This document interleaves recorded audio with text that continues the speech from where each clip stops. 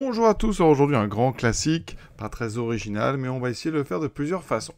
Donc, on va exprimer cos 3x en fonction de cos x.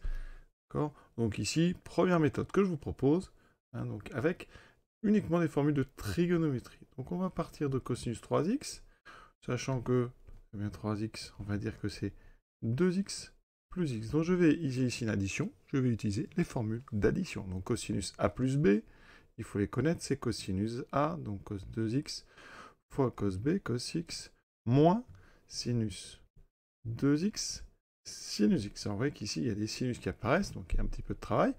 Alors, cos 2x, formule maintenant de duplication. Cos 2x, c'est 2 cos carré x moins 1. Sinus 2x, c'est 2 sinus x cosinus x. Alors là, je vais mettre le cosinus d'abord, comme ça. Ici, 2 cosinus x, sinus x.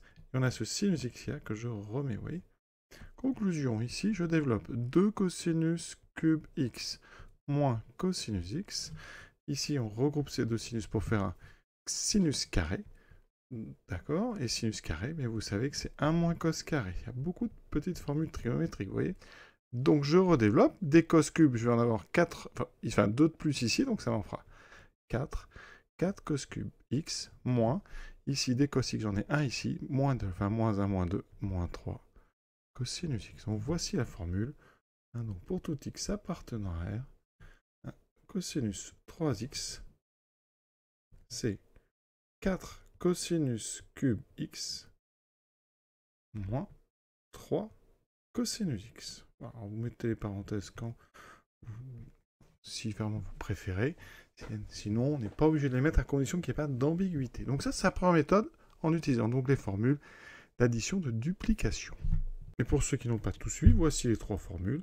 La formule d'addition du cosinus, de duplication du cosinus, et la formule fondamentale de la trigonométrie du cercle sinus carré plus cos carré égale à 1 au cube. Et donc il va falloir savoir développer un cube et ne garder que la partie réelle. Alors pour ça, c'est ça que j'aime bien cet exercice, c'est que on peut utiliser évidemment la formule du binôme. A cube plus A carré B, donc les puissances A vont diminuer, celles de B vont augmenter. A, B carré plus B cube. Et on n'oublie pas les fameux coefficients binomiaux 1, 3, 3, 1, qu'on obtient ou qu'on se rappelle avec le triangle de Pascal.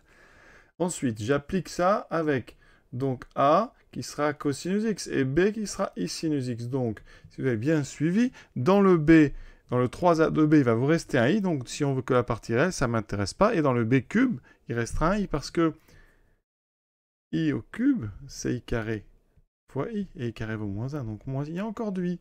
Donc, ça veut dire que la partie réelle de ei 3x, ça n'est autre que le terme a cube, donc cos cube x, plus 3 fois ab carré, c'est-à-dire 3 cos x fois b carré, donc le carré de i sinus x. Donc, cos cube x plus 3 cosinus, alors ici ça fera moins sinus carré, mais moins sinus carré, relation, c'est cos carré moins 1, relation fondamentale. Donc ici, j'ai cos carré de x moins 1. Je développe des cos cubes, j'en ai 4. Et ici, des cos x, j'en ai moins 3. Et on retrouve bien sûr la même formule. Vous voyez qu'ici, j'ai utilisé donc, le fait que pour tout x, EIX, c'est cos x plus i sinus x. D'accord? Et donc que la partie réelle de EX, c'est cosinus x. Important. J'ai utilisé binôme de Newton.